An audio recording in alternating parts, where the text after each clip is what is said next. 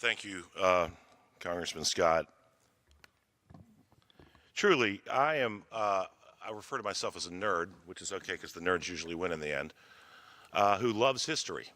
And so my acquaintance with the story of Barbara Johns did not begin as a school student taking Virginia history in Virginia. It did not begin as a student at a top-tier university studying history. It began when I became a candidate for the state Senate of Virginia, in the district that I wished to represent and had the honor of representing. And so when I went to Farmville, I had the opportunity to attend a function at the Moton Museum, which stands where our Moton High School stood and in fact encompasses the bulk of that facility. I heard about Barbara Johns, and I thought, who is Barbara Johns? And the more I learned about Barbara Johns, the more I was amazed that I didn't know the answer to that question.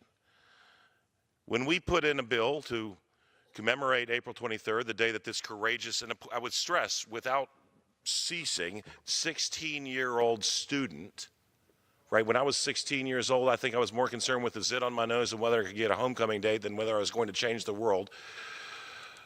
But when I learned more about her and we put in a bill to commemorate April 23rd as a holiday in the Commonwealth of Virginia, it was my hope that one day someone would look at a calendar and see Barbara Johns Day and say, who was Barbara Johns? And someone had the temerity to say to me, well, Tom, this is black history. I reject that on its face.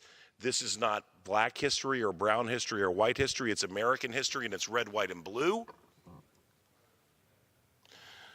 That this country is the worst nation in the world except for all the others, to paraphrase Winston Churchill, is something that I'm proud of. That we were founded by geniuses like Jefferson, who was a flawed and fallen man by virtue of his participation in an evil enterprise that was the slave trade, does not diminish the brilliance of the idea expanded upon by Locke and Rousseau and Hume of natural law that all people have certain fundamental rights. That is who we are as a country. And the reason I postulated earlier that the American Revolution should never end is because in the preamble to the Constitution, our founders gave us not a perfect union, but sought to establish a more perfect union. And the word more's inclusion is important because it implies a perpetual need to act. Because in any institution governed by flawed human beings, there will always inherently be imperfection. But that does not absolve us of our duty to do the best we can. So you can judge a nation and its character by the people whose virtues it extols. And to suggest that Barbara Johns is an American hero is to understate it.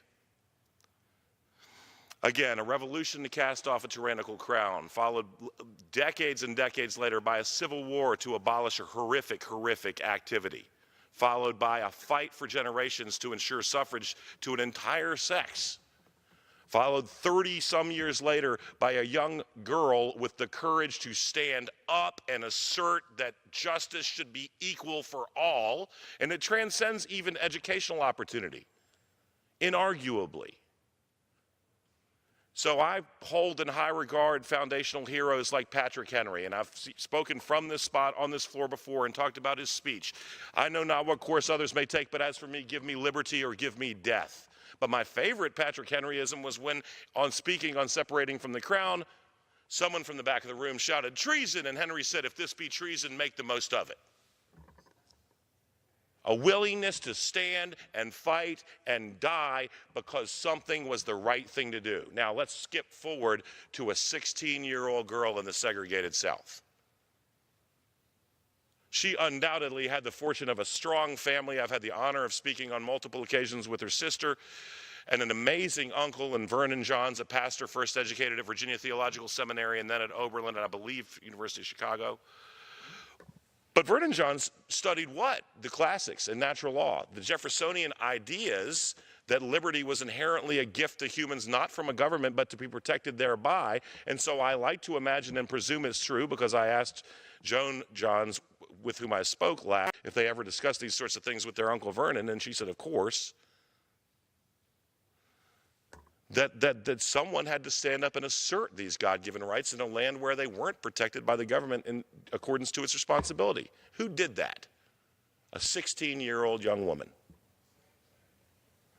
And okay, what was the cost? Well, no different than Patrick Henry, who said, if this be treason, to make the most of it. Quite literally, Barbara Johns had to move away for fear for her life. People think about the civil rights movement as many things. Many don't realize that well over 1,000 people died, a lot in civil unrest, but also in things like horrific bombings of churches based on the color of the skin of the people who attended them. So the threat to Barbara Johns was existential and real.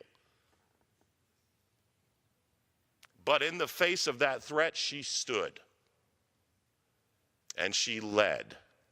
And it wasn't about self-aggrandizement. There was no future political career. Barbara Johns' aspiration in life was to be a librarian. She became one.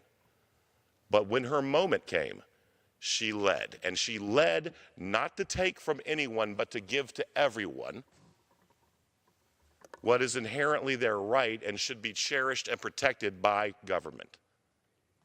And so we have, with incredible humility, had the opportunity to serve in this hallowed institution, and this week have filed for Barbara Johns to receive the Congressional Gold Medal. It is the highest award that can be bestowed by this chamber. Tragically, Ms. Johns passed from this life in 1991, but I would submit that she is well worthy of this honor, and that if bestowing this honor upon her posthumously will lead more American young people to read and learn about the leadership and courage demonstrated by this school student from Prince Edward County, Virginia, then it's well worth doing.